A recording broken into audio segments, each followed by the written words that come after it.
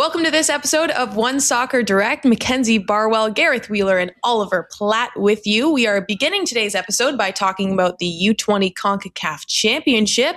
Yesterday, Canada needed extra time to get past Jamaica, but they did prevail in that quarterfinal 3-1. Wheels, I'm coming to you. What were your takeaways from that one? Well, let's go big picture. The first time qualifying for the Under-20 World Cup in almost 2 decades. It's been a long time coming. I'm thrilled that they're finally back at that spot, but in true Canadian style, nothing came easy. Quite frankly, Canada were unquestionably the better side, but as we've typically done over recent history, we make things difficult on ourselves. But a really good finish by Vogel and really some decent performances across the board put Canada in a position to qualify. Big picture, I said heading into this tournament, Canada needs games at all levels where they're competitive, where there's stakes, where there's something on the line, high pressure and atmospheres and environments. And that's exactly what this was. All you were kind of missing was the crowd playing in a cavernous stadium without much of a crowd there. But other than that, it ticked all the boxes and the boys rose to the occasion. And I just think that this is significant for Canada to be back at a tournament like this, not just for this group of players, but future groups of players as well, to make this now the trend where our young players are getting the experience at the youth, at the development level. So when they step up to the senior national team sides,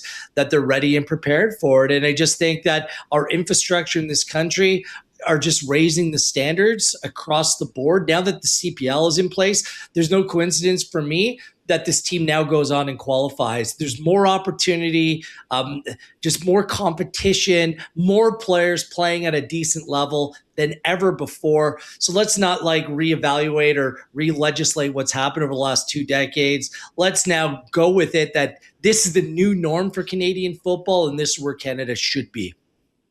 Yeah, it should be the norm, but it hasn't been. And it hasn't just been, the US or Mexico knocking Canada out of these tournaments. Last time it was Panama. I think it was Guatemala before that. These tournaments and other age groups as well have just been a constant source of frustration and disappointment. And so I give this group a lot of credit because I think it is a grind in CONCACAF. It always is. And particularly at these tournaments when you play games so close together, like the format for the knockout stage is absurd. They play again on Friday in the semifinal. And if they make the final, it's on Sunday. Like you're getting 48 hours of rest. They're young. They can play. Come on. Yeah. Okay. So soft. Yeah, sure. For 48 hours break after 120 minutes for me at any age group is ridiculous. But anyway, I think that's just part of the challenge is grinding through it. And they've done it. And I think at times played some pretty good football as well. Like we can talk about how many of these players have, real national team potential. And that's always going to be a small number, I think, coming out of these teams. But this group has shown something. I think this group has shown that they've got potentially several professional players in their ranks that can go on to the next level. And I thought in this game against Jamaica, and to be honest, throughout the tournament, they've looked superior, by a clear margin to the teams that you'd hope and expect them to beat. And that's a big step forwards from where we've been before. So credit to these guys, some really good performances that we can get into. I give credit to Jesse Marsch as well. He's coached this team well. They look organized. They look purposeful. He opened himself up to some criticism by taking this tournament, but I think it's been a real valuable thing for this group. And they go into the U-20 World Cup, and let's keep our fingers crossed for an upset and maybe the Olympics as well. Real national team potential, that's what you just mentioned there, Ollie. So let's continue on that theme because 4 matches in, winning the quarterfinal, now on to the semis. There are definitely some players who stand out. Emmerich Fotzing has obviously been in the center of that conversation for a large part, but who else to you stands out, Ollie? Yeah, Fotzing unfortunately hasn't played the past couple of games. I can only assume he's hurt.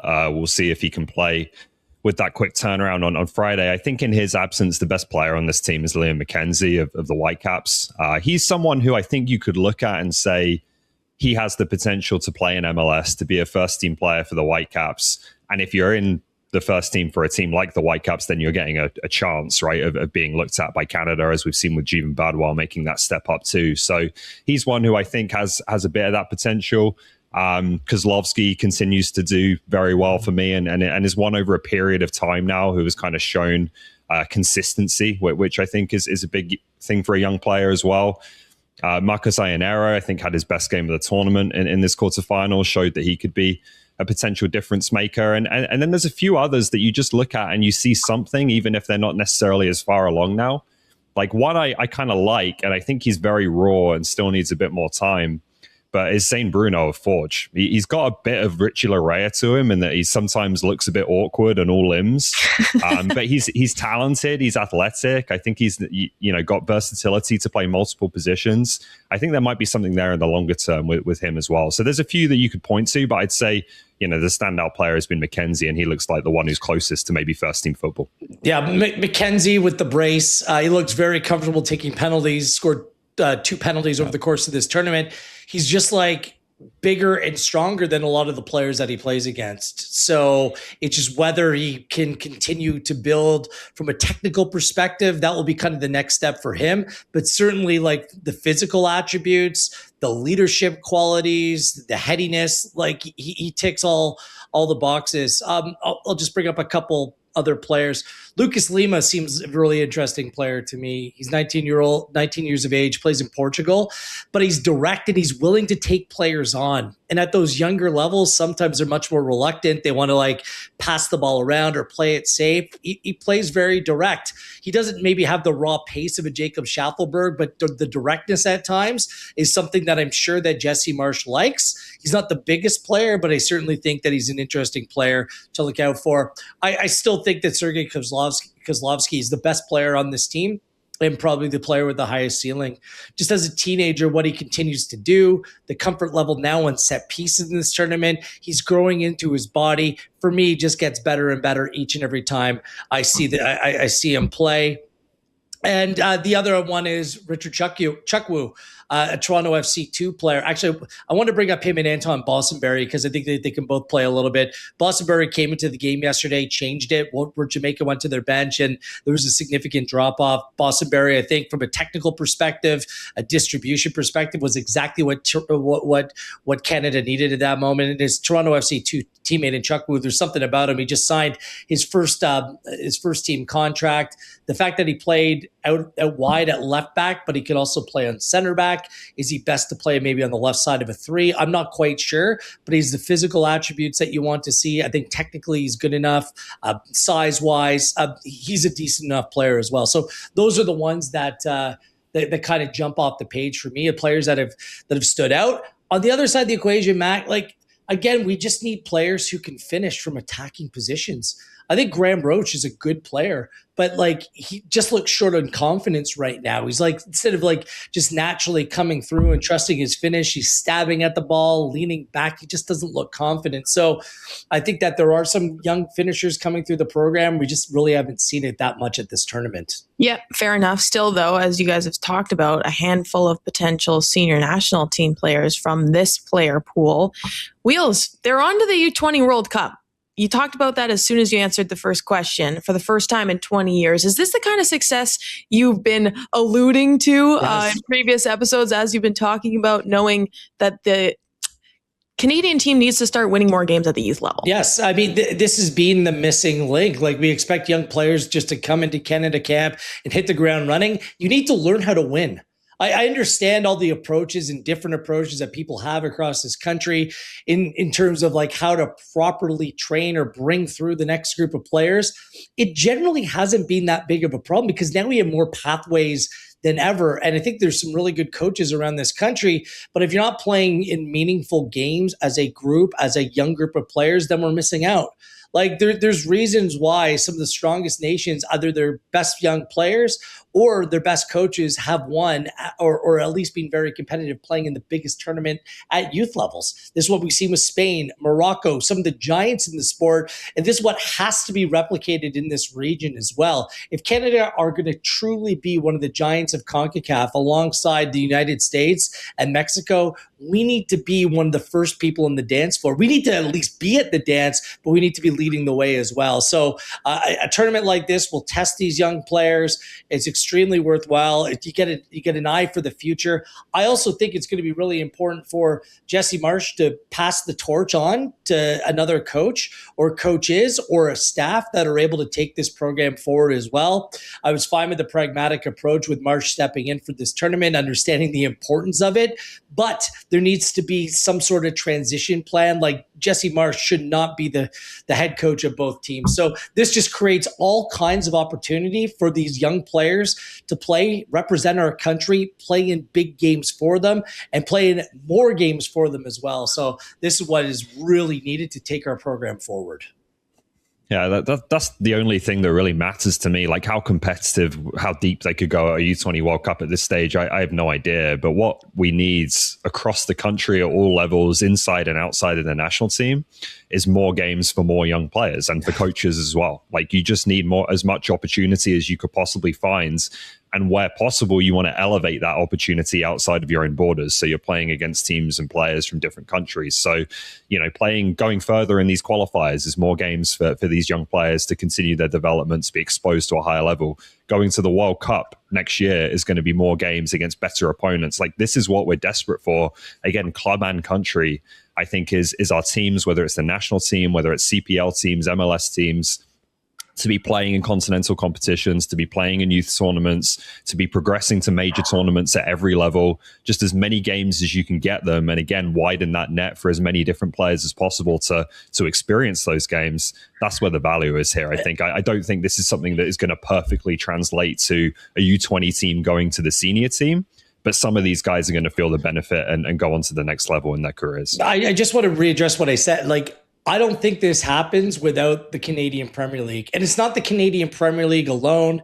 It's the MLS academies in this country. It's players playing abroad at a decent enough level. But it's just providing younger players with more of an opportunity to play first-team football and contribute, and creating a clear pathway between our own domestic league and the national team as well.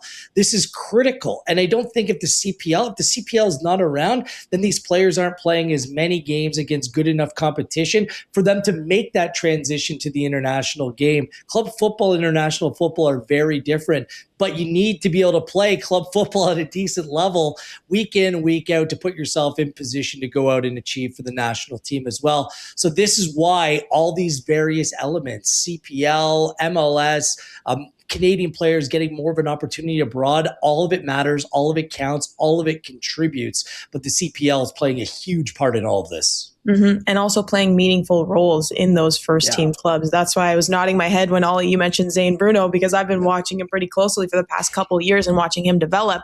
Let's talk about what you mentioned as well, though, playing better teams more often. Because if they go on to win this tournament, and if they play against the States actually in the final, they will qualify for the 2028 Summer Olympics. Ollie, I'm coming back to you. What would that mean for this program? Yeah, more good games, right? And an opportunity. I think the good thing with the Olympics, although it's kind of more overlooked on the men's side compared to the women's side, where it's a much bigger deal, is it's just, it's really an open age competition for young players, right? Anyone under the age of 23, you can get in, plus a few overage players. So that's an opportunity, I think, for Jesse Marsh or whoever takes that team to put together the best young players in Canada right now. Maybe there's one or two who are eligible who don't play, but I would imagine that most of them will. To really kind of take a squad of, what you'd see as kind of the future of the national team. And some of them may already be the present as well. But even for them, I think it would be a good experience, good exposure against some very good opponents. So look, they've got a major hurdle to overcome in Mexico. Estadio Azteca is going to be a great experience for those young players in order to have a chance of getting there. But it's one game. You've seen in the past Canada maybe suffer some upsets at this tournament. So why not, reverse roles now and have a go here? We'll see. But that would be another, I think, as valuable as the U20 World Cup is. I think the Olympics would be the much bigger kind of accomplishment and step forward for the program. A quick turnaround might help Canada in that game as well. It'll really test their fitness. Ollie University, we played Saturday, Sundays. Ollie disagrees. Back 90 minutes. I know the Ollie's cardio wasn't great, different, but they're young men. They can. I wouldn't say that was ideal for you either, Wheels. I would defend you as well. Trust me, I do the Saturday night out, then the Sunday fixture. That's how you properly do it, old school. But you just kind of dream what a potential Olympic berth would look like. You can bring in 3 overage players. Alphonso Davies part of the equation, Jonathan David part of the equation. Like, it's just really intriguing to think about what could actually happen. But they got to go out and do this. I mean, you understand the relief, and you heard Mackenzie's comments and other players' comments post-game, what it means to them, understanding qualifying for the World Cup. But this is a big game as well. It's not a free shot like Oliver Platt likes to say from time to time. This is a big game. Like, the pressure's on. Oh, Canada going into the round of 16 at the World Cup. Oh, it's a free shot. Come on. What I didn't think I said that. I said I didn't care what other people were saying. That was a part of the conversation. You were actually Mackenzie Barwell had the mic in your face. I'll leave it alone. This is a big game, so it's like a reset. Focused. I think you got to maybe adjust the way that you play a little bit against them. Canada's been extremely busy putting pressure on the ball. I'm not sure if the high pressure is going to work in a game like this with the quick turnaround. So let's see if that Jesse Marsh plan B is available for the upcoming game. But it's a one-off. Canada's got a puncher's chance, and let's see what they can do here. Mm-hmm. For the first time in 20 years, Canada are going back to the U-20 World Cup, and you can catch the semifinal between Canada and Mexico this Friday on One Soccer.